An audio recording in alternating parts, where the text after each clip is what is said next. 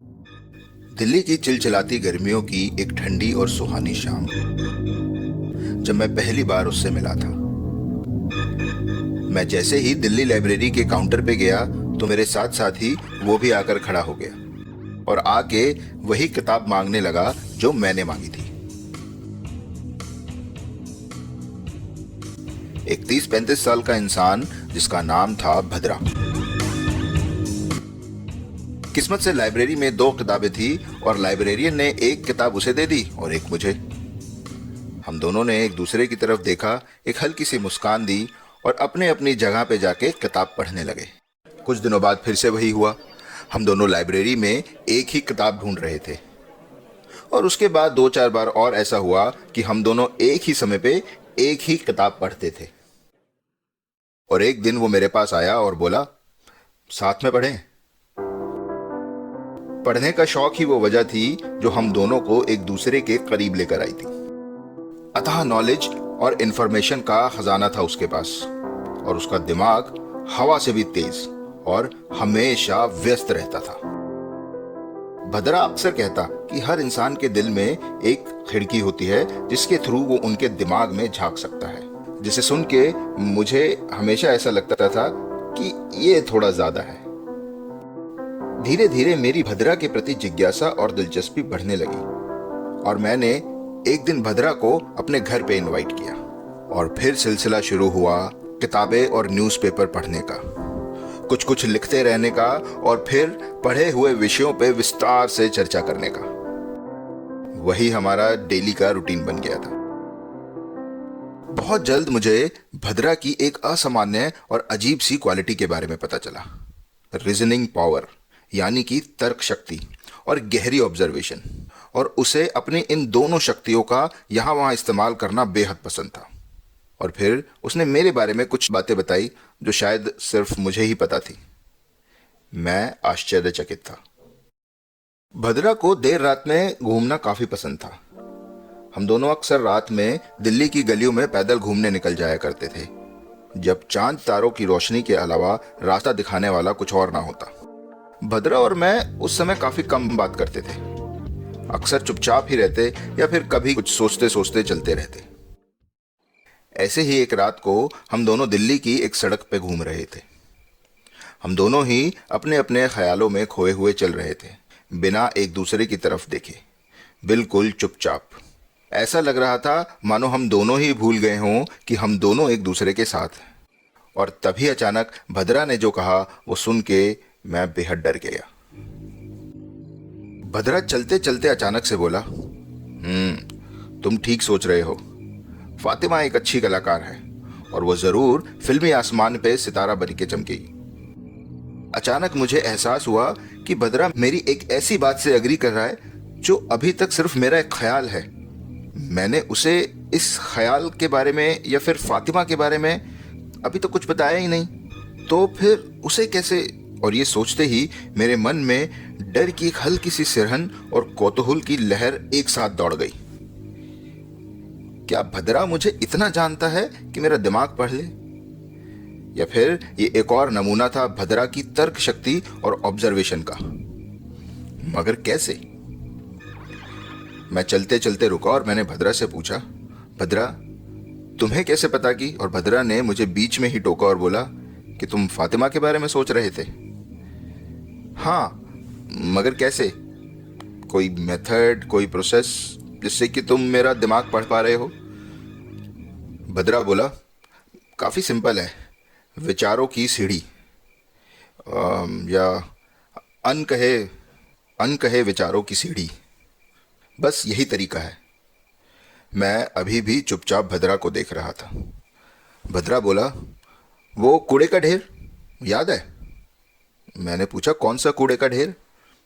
वो बोला, अरे जो हमने उस बड़ी गली में मुड़ने से पहले देखा था और तुमने अपनी नाक बंद कर ली थी। मैंने कहा, अरे हाँ याद आया। फिर तुम पीछे देख रहे थे और तुम्हें नीचे पड़ा केले का छिलका नहीं दिखाई दिया। मैंने थोड़ा ध्यान दिया और कहा, अरे हाँ हाँ हाँ हाँ हाँ हाँ, मैं गिरते गिरते बचा था। तो उस केले के छिलके से फातिमा का क्या कनेक्शन, और अगर है भी तो तुम्हें कैसे पता। भद्रा बोला, बताता हूँ, ध्यान से सुनना। चलो उस कूड़े के ढेर से लेकर फातिमा तक के तुम्हारे विचारों को देखते हैं, जो कि मुझे लगता है कुछ ऐसे रहे होंगे। कूड़े के ढेर से केले का छिलका, छिलके से डस्टबिन, डस्टबिन से सफाई, सफाई से महात्मा गांधी, महात्मा गांधी से शरद पूर्णिमा और फिर फातिमा। मैं अपना मुंह खोले हैरानी से भद्रा को देख रहा था। भद्रा ने हल्की सी मुस्कुराहट दी और बोला, देखो, हमने जैसे ही कूड़े का ढेर क्रॉस किया और बड़ी गली में मुड़े, तुम केले के छिलके पे फिसले और फुटपाथ पे लड़खड़ाए, जहां टूटे फूटे पत्थर लगे हुए थे, अगर तुम्हें याद हो तो। मैंने देखा था कि तुम्हें पैर में हल्की सी चोट लगी है और तुम वहां पड़ी गंदगी को देख के कुछ गुस्से में बड़बड़ाए और फिर चल पड़े। लेकिन तुम अभी भी उस केले के छिलके को देख रहे थे और शहर की गंदगी के बारे में सोच रहे थे। फिर हम वहां से छोटी गली में मुड़े, जहां पे काम चल रहा था और मजदूर फुटपाथ के साइड में डस्टबिन्स लगा रहे थे। उस समय तुम्हारे चेहरे पे मुझे हल्की सी चमक दिखाई दी और तुम्हारे होंठ कुछ हिले, और मुझे पूरा विश्वास है कि तुमने सफाई अभियान कहा था, और शायद ये देख के तुम्हें थोड़ी तसल्ली मिली होगी कि चलो कुछ तो अच्छा हो रहा है। अब सुनो, तुम्हें याद होगा कि कल ही हमने न्यूज़पेपर में मोदी जी के सफाई अभियान के बारे में पढ़ा था और कैसे उन्होंने महात्मा गांधी का जिक्र किया था। और महात्मा गांधी से तुम्हें उनकी लिखी किताब माई एक्सपेरिमेंट्स विद ट्रुथ का ध्यान आया होगा, क्योंकि कुछ दिन पहले हम उसी किताब पे चर्चा कर रहे थे कि कैसे कुछ इंसिडेंट्स ने गांधी जी की लाइफ को पूरा बदल दिया था। और हम दोनों ने इस बात से अग्री किया था कि उसमें सबसे अहम भूमिका थी भगवत गीता की।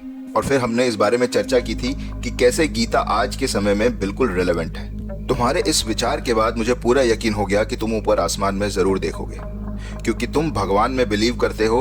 और जब भी हम भगवान या उससे जुड़ी किसी बात के बारे में सोचते हैं तो ना चाहते हुए भी अक्सर हम ऊपर आकाश की ओर देखते हैं। और तुमने मेरे दोस्त ऊपर देखा, और अब मैं बिल्कुल श्योर हो चुका था कि मैं तुम्हारे अनकहे विचारों की सीढ़ी को चढ़ पा रहा हूं। मैंने भी ऊपर देखा तो देखा कि आसमान पे सितारे नहीं हैं और चांद पूरा है, क्योंकि आज शरद पूर्णिमा की रात है। मैं जानता था कि तुम इस समय आकाश की इकलौती नोटिसेबल चीज पूर्णिमा का चांद जरूर नोटिस करोगे और पूर्णिमा के बारे में सोचोगे। अब थोड़ा ध्यान देना, कल फातिमा के बारे में एक न्यूज आई थी कि कैसे वो धीरे धीरे एक्टिंग की दुनिया में अपने पैर जमा रही है और एक दिन फिल्मी दुनिया के आसमान पे सितारा बन के चमकेगी। मगर वो रिपोर्टर इस बात से सहमत नहीं थी और वो इस बात को ऐसे बता रही थी जैसे तो फातिमा से पर्सनली उसको कोई प्रॉब्लम है, और हम दोनों ने उस रिपोर्टर को गलत कहा था। और उस न्यूज रिपोर्टर का नाम था पूर्णिमा। तुमने फिर से एक बार आसमान को देखा और मैंने देखा कि तुम मुस्कुरा रहे हो। तुम्हारी चाल धीरे हो गई और तुमने अपनी पॉकेट्स में अपने हाथ डाल लिए, जिससे पता चलता है कि तुम अपने विचारों का आनंद ले रहे हो।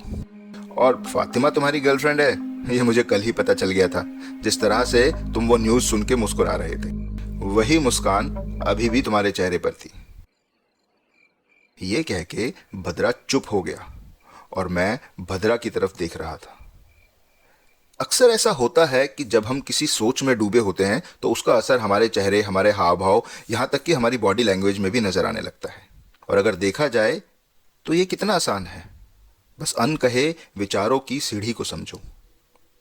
भद्रा बिल्कुल सही था, उसका एक एक लफ्ज सही था, पर ये सिर्फ नमूना था। मेरे आश्चर्य की सीमा का 7वें आसमान के पार जाना अभी बाकी था।